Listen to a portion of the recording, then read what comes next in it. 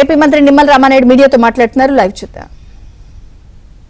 ఆ రోజు ఎన్టీ రామారావు గారి దగ్గర నుంచి ఈ రోజు చంద్రబాబు నాయుడు గారి వరకు రాయలసీమకు ఏ రకంగా మేలు జరిగింది, జగన్మోహన్ రెడ్డి గారు 5 సంవత్సరాల పాలనలో ఏ విధంగా నష్టం జరిగిందో బేరీ చేసుకునేటువంటి కెపాసిటీ ఈరోజు రాయలసీమ వాసులకు ఉన్నటువంటి పరిస్థితి. అందుకే ఈరోజు ఆ యొక్క రాయలసీమ సంబంధించినటువంటి ప్రాజెక్టులు ఈరోజు నేను చెప్పడమే కాదు, ఈరోజు మీ అందరికీ కూడా సుపరిచితమైనటువంటి విషయాన్ని చెప్పి కూడా మీ సందర్భంగా తెలియజేసుకుంటూ, మరి అందులో ముఖ్యంగా మీ అందరికీ తెలుసు రాయలసీమ మరి ఏదైతే ప్రాజెక్టులు ఏవైతే ఉన్నాయో మరి ఆ రోజు అన్న ఎన్టీ రామారావు గారు, అదేవిధంగా మరి చంద్రబాబు నాయుడు గారి కాలంలో ప్రారంభమైనటువంటి సాగునీటి ప్రాజెక్టులు, ఆ రోజు రాయలసీమకి కృష్ణా జలాలనంటే ఎన్టీ రామారావు గారి చారిత్రాత్మకంగా ఒక దూరదృష్టితో ఆయన పనిచేయడం కానీ, అంటే ఆ రోజు 1983లో ఆయన ముఖ్యమంత్రిగా మరి బాధ్యతలు స్వీకరించినటువంటి రాయలసీమ కరువైనటువంటి ఈ ప్రాంతానికి ఈ యొక్క సాగునీటే శాశ్వత పరిష్కారం అనేటువంటి ఆలోచనలో భాగంగానే మరి ఆయన ఎన్టీఆర్ గారు ప్రాజెక్టులకి రాయలసీమలో శ్రీకారం చుడితే మరి చంద్రబాబు నాయుడు గారు వాటిని మరి ఆ లక్ష్యం సాధించేటువంటి దిశగా మరి ప్రయాణించినటువంటి విధంగాని ఈరోజు రాయలసీమలో ఒక తెలుగు గంగ కానీ, ఒక అంద్రీనివా కానీ, ఒక గాలేరు నగరి కానీ, ఒక వెలుగోడు బ్యాలెన్సర్ కానీ, ఒక గోరకల్లు కానీ, ఒక అవుకు కానీ, ఒక గండికోట కానీ, ఇట్లా రాయలసీమలో ఏ ప్రాజెక్టు పేరు చెప్పినా, ఏ రిజర్వాయర్ పేరు చెప్పినా కూడా గుర్తుకొచ్చేది అన్న ఎన్టీ రామారావు గారు, అదేవిధంగా మన గౌరవ ముఖ్యమంత్రి నారా చంద్రబాబు నాయుడు గారు అనే విషయం. ఎందుకంటే మీరందరూ చూస్తూ ఉన్నారు, ఒక కేసీ కెనాల్, ఒక ఎస్ఆర్బీసీ, ఒక బ్రహ్మసాగర్, ఇట్లా ఏ ప్రాజెక్ట్, ఏ రిజర్వాయర్ మరి ఈవేళ రాయలసీమ గుర్తుకొస్తే ఎన్టీఆర్ చంద్రబాబు నాయుడే గుర్తుకొస్తారనే విషయాన్ని సందర్భంగా తెలియజేసుకుంటూ ఉన్నా. మరి అటువంటి రాయలసీమకి ఇప్పుడే మీరు చూస్తే మరి ఈవేళ ఈ కూటమి ప్రభుత్వం అధికారంలోకి వచ్చిన తర్వాత మరి ఎక్కడ ఏ జలాశయం చూసినా కూడా జలకలతో ఉట్టిపడుతున్నటువంటి పరిస్థితి.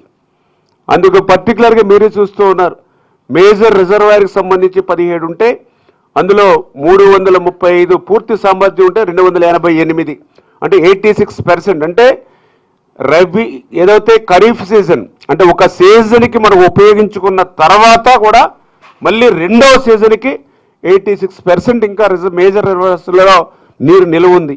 అదే మీడియం రిజర్వాయర్లు చూస్తే 67%.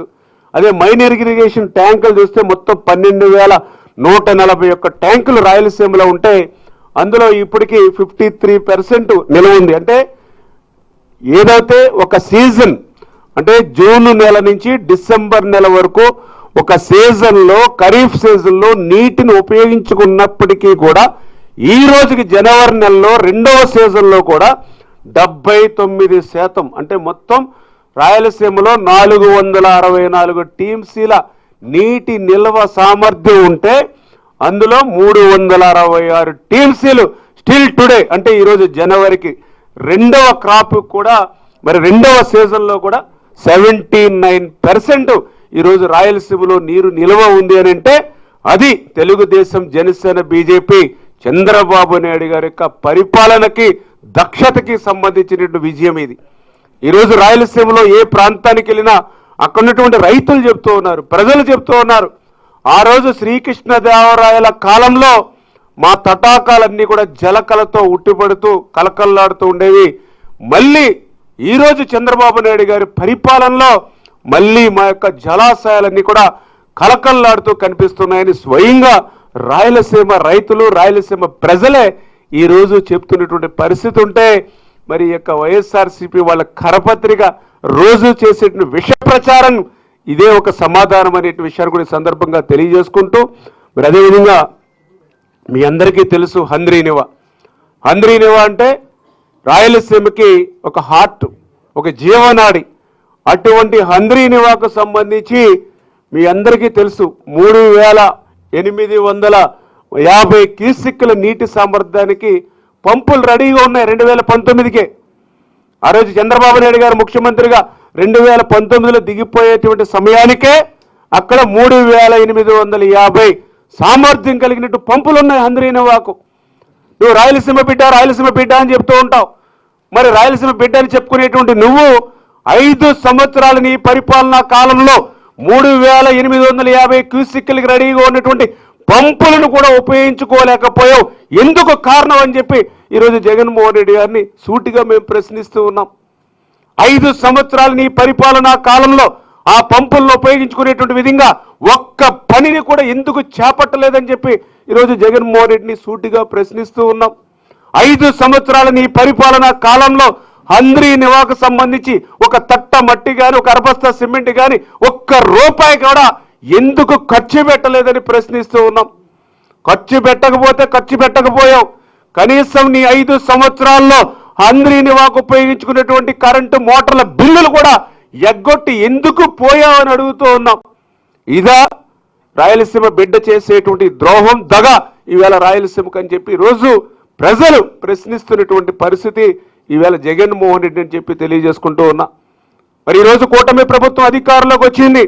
నువ్వు 5 సంవత్సరాల్లో హంద్రీ నివాకు చేయలేనటువంటి పనిని మళ్ళీ ఇంకొకసారి చెప్తున్నా, 5 సంవత్సరాల్లో మీరు హంద్రీ నివాకు చేయలేనటువంటి పనిని ఒక్క సంవత్సరంలోనే 3880 కోట్ల రూపాయలు హంద్రీ నివాకు ఈరోజు చంద్రబాబు నాయుడు గారు ఖర్చు పెట్టి 738 కిలోమీటరు ఎక్కడో కుప్పం బ్రాంచ్ కెనాల్ లాస్ట్ పాయింట్కి ఆఖరి మైలుకి కృష్ణమ్మ నీళ్లు తీసుకెళ్ళాం. మడకసిర బ్రాంచ్ అత్యంత వెనకబడినటువంటిది, ఎక్కడో కర్ణాటక సరిహద్దు అయినటువంటి మడకసిర బ్రాంచ్ ఆఖరి 490 కిలోమీటర్ వరకు కూడా కృష్ణమ్మ నీళ్లను తీసుకెళ్లినటువంటి పరిస్థితి. వందలాది వేలాది మంచినీటి చెరువులు ఈరోజు హంద్రీ నివా పరివాహక ప్రాంతం